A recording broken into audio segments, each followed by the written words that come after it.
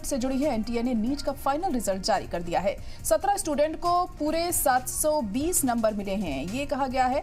और रिजल्ट में जारी हो गया है और 17 स्टूडेंट को मिले हैं 720 नंबर। इस वक्त की बड़ी और अहम खबर आपको बता रहे हैं कि एनटीए ने नीट का फाइनल रिजल्ट जारी कर दिया है। 17 स्टूडेंट को फुल मार्क्स यहां पर मिले हैं, 720 नंबर मिले हैं स्टूडेंट्स को यहां पर। तो बड़ी और अहम खबर इस वक्त आपको बता दें, नीट मुद्दे को लेकर तमाम तरह की सियासत पिछले दिनों हमने देखी हुई और नीट पेपर लीक मामले को लेकर जांच अभी तक जारी है। और इसी बीच दोबारा से जिन स्टूडेंट्स का एग्जाम करवाया गया था, अब उनका रिजल्ट भी यहां पर जारी कर दिया गया है और फाइनल रिजल्ट जारी हुआ है, जिसमें 17 स्टूडेंट को पूरे 720 नंबर मिले हैं।